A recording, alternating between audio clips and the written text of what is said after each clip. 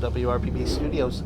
We are in a place, unfortunately, where we need to start worrying, in my opinion, too much about our children's health. Fortunately, we have places that can support not just the kids but the families as well. I'm joined today by Stacy from Pediatric Oncology Support Team. Thanks for coming in.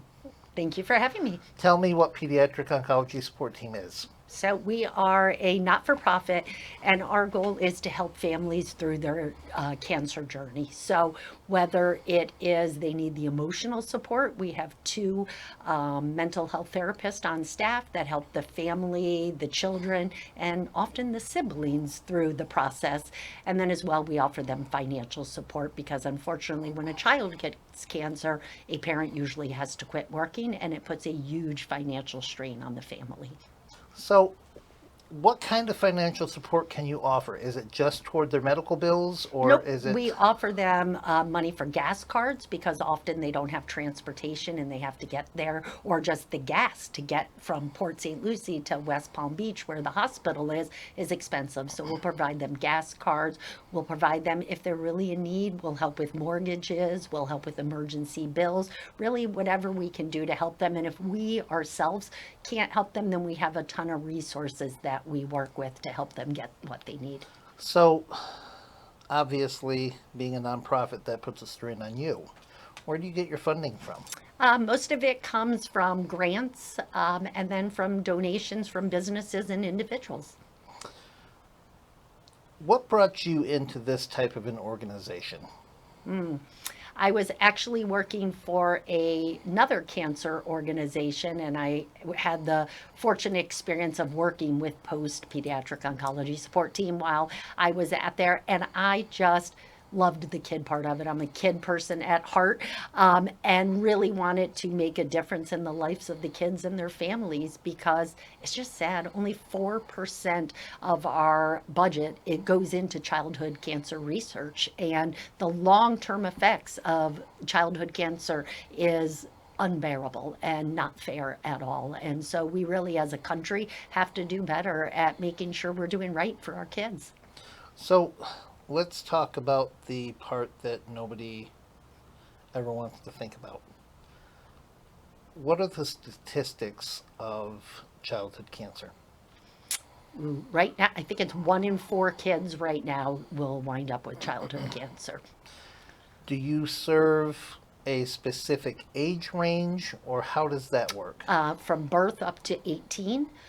If they're in diagnosis during when they turn 18, we will continue with them through the end, but generally up to 18. And sadly, from starting at birth. Are you affiliated with any particular hospital in the area, or do you work We with several hospitals? No, so we are located on St. Mary's Hospital's campus. So we work very closely with St. Mary's and Kids Medical, who is the oncology pediatric team on the campus. And so we work closely with them. Some of our patients do wind up down in Miami or in Fort Lauderdale, but generally they are at St. Mary's.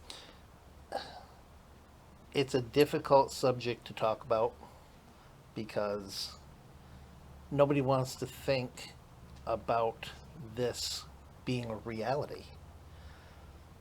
You know, when you think about, I think about people with cancer and I think about all the adults that I have had in my life who have been diagnosed or have passed away from cancer. Fortunately, our family hasn't been affected by childhood cancer, but, you know, I imagine that it's difficult for you because you're facing this on a daily basis. How do you deal with that? That's a good question. There are days when it is hard. There are those unfortunate times that we lose a patient, and that is really difficult. But then you have those days where the kids come into our office to ring the bell, and that just makes it all worth it. Those moments you go, that's why I'm doing this. That's why I'm working so hard every day. So, yeah. And I always say my favorite line is, until it happens to you, because nobody understands really until it happens to them. And it's unfortunate that we don't have more awareness so that you're more aware before it should happen to you, or to help those who are in need that are going through it. Yeah, for sure. So, how do we change that? How do we make people aware? I think exactly what you're doing right now here with us, giving us this opportunity to have a way to spread our word. I think it's getting more businesses involved that, want to make a difference in the community. It's really about the awareness and getting people to help share that story. Yeah, it's a hard story to share.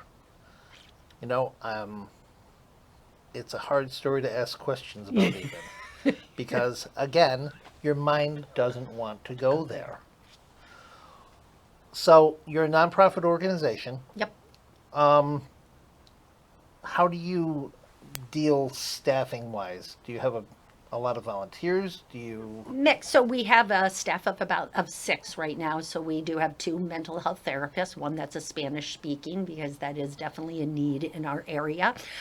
We have a caseworker who helps our patients through the whole process of the financial needs that they have, lining them up with whatever services, whatever they may need.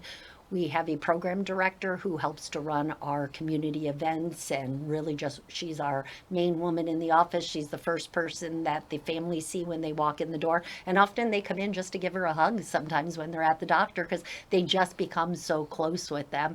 And then we have both myself, the development director, and our executive director.